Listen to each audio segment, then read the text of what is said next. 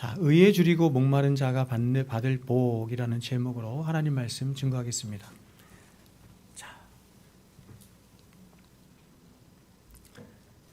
제 설교가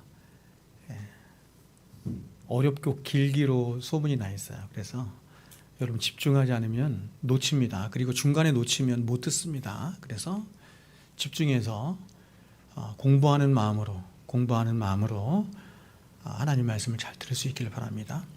그리스 신화 중에 탄타로스라고 하는 왕 이야기가 있어요. 탄타로스 왕은 먹으면 늙지 않고 죽지 않는다는 제우스 신의 음식을 훔쳐먹다가 걸렸습니다. 그래서 신에게 형벌을 받는데 그 형벌이 뭐냐면 평생 동안 배고프고 목마른 고통을 당하는 기갈의 형벌에 처하게 된 것입니다. 그래서 물이 마시고 싶어 물잔을 잡으려고 손을 내밀면 물잔이 뒤로 가고, 배가 고파서 나무에 달린 과일을 따먹으려고 하면 과일이 하늘로 확 하고 다시 올라가는 것입니다. 그래서 이 탄타로스 왕의 신화에서 tantalizing이라고 하는 영어 단어가 생겼는데, 이 단어의 뜻이 어떤 뜻이냐면 감칠맛이 나는 혹은 애간장을 태우는 이런 뜻이 되었습니다. 여러분, 저는 오늘날 저와 여러분이 살아가는 이 세상이 이 탄타로스가 형벌을 받아 살아가는 세상과 굉장히 흡사하지 않나 하는 생각을 제가 합니다. 즉, 이 세상은 행복이 여기 있다 저기 있다 하며 이 세상이 주는 아주 감칠맛 나고 애간장을 태우는 온갖 세상의 좋은 것들로 우리를 유혹하는 것입니다. 재물이라고 하는 것으로, 쾌락이라는 것으로, 세상의 자랑과 명예라고 하는 것으로 우리들을 유혹하죠. 그러면 사람들은 이런 세상의 유혹과 자신 안에서 끊임없이 일어나는 욕망이 딱 맞물리면서 함께 짝을 이루면서 그러한 것들을 취하기 위해서 평생을 눈물 흘리고 땀 흘리며 수고하는 삶을 살아가는 것입니다. 성경이 이렇게 살아가는 인간의 삶을 종되었다 이렇게 말하는 거예요. 자, 그러나 여러분 어떻습니까? 이렇게 사람들이 평생을 다 바쳐 취한 것들이 진정 사람들의 영혼의 배고픔과 그 목마름을 채워주던가요? 절대로 그렇지 않습니다. 우리의 경험 세계 안에서도 그것을 얼마든지 알 수 있지만, 앞서 인생을 멀저 살다 간 수많은 믿음의 사람들 뿐만 아니라 세상 사람들도 얼마든지 이것을 고백하는 거예요. 그래서 여러분, 제가 여러분 말씀드리지만 시나 시조나 이런 데 보면 많은 시조들의 주제가 인생 무상인 경우가 거기 있는 거예요. 사람들이 인생을 다 살고 난 후에 인생을 생각하면서 참 헛되고 헛된 것이, 인생이 무상한 것이 이런 세상이구나, 이렇게 많이 생각을 하는 것입니다. 어떤 목사님이 말씀하신 것처럼 이렇게 취하여 얻어낸 사람들의 행복이라고 하는 것은 아주 더운 여름날 마시는 한 사발의 설탕물과 같다, 이렇게 말씀을 드릴 수 있어요. 여러분, 더운 여름날 마시는 한 사발의 설탕물을 한번 생각해 보십시오. 처음 마시는 한 모금의 설탕물은 이루 말할 수 없이 우리를 시원하게 합니다.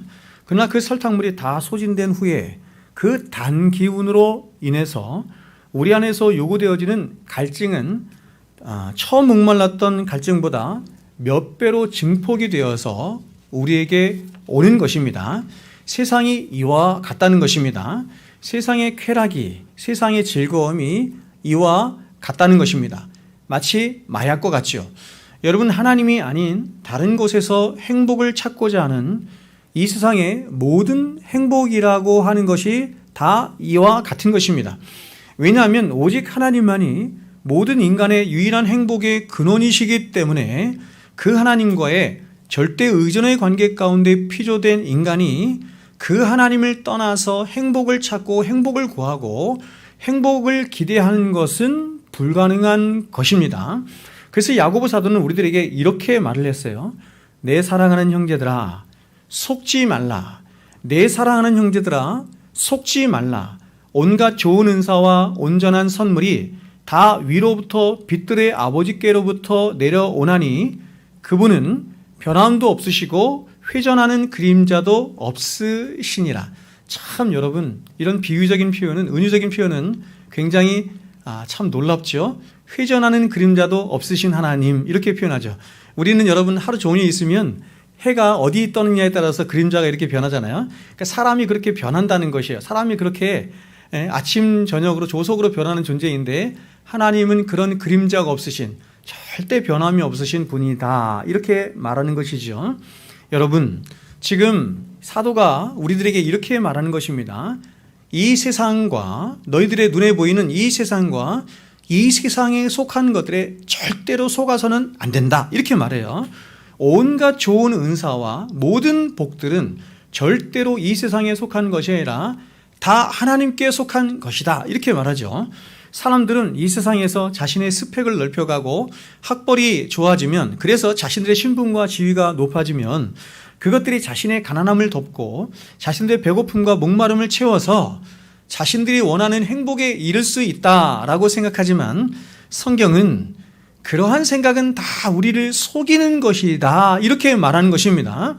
우리의 영혼이 만족되어지고 우리의 영혼이 배부를 수 있는 오직 유일한 한 가지 방법은 바로 우리를 지으신 하나님께로 가서 그 하나님이 주시는 생명의 양식, 은혜의 양식을 받아 먹어야 비로소 안식이 된다, 평안이 올 수 있다, 이렇게 말하는 거예요. 그래서 여러분, 어거스틴이 얘기했잖아요. 하나님이여, 당신 안에서 내가 안식을 찾기 전까지 나는 이 세상에서 어떤 안식도 찾을 수가 없었습니다 하는 고백을 한 이유가 여기 있죠.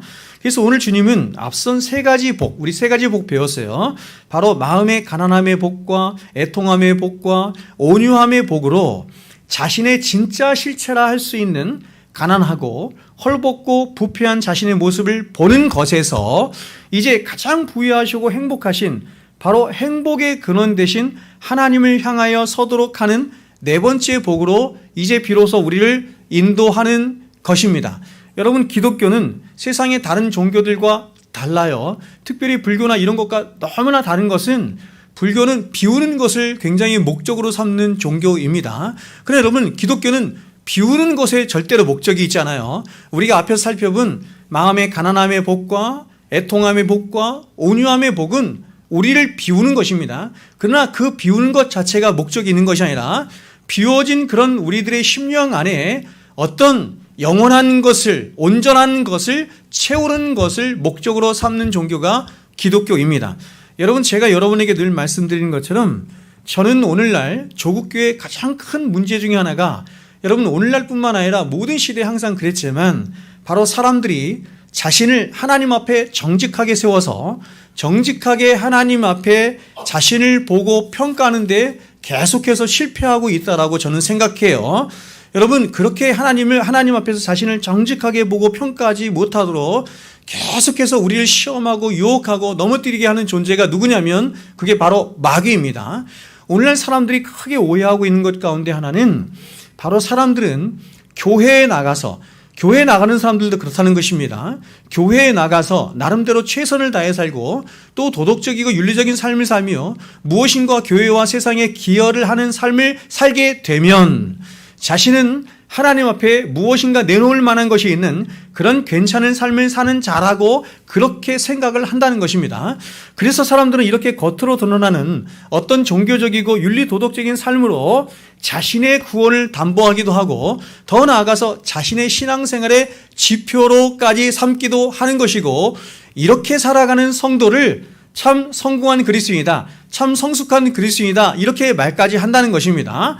그러나 여러분, 이러한 것은 사실상 기독교가 말하는 진짜 믿음의 핵심은 아니에요. 여러분, 이러한 삶은 오히려 세상의 여러 종교들이나 단체들에서 더 많이 볼 수 있는 종교적인 행위들 뿐인 것입니다. 자, 여러분,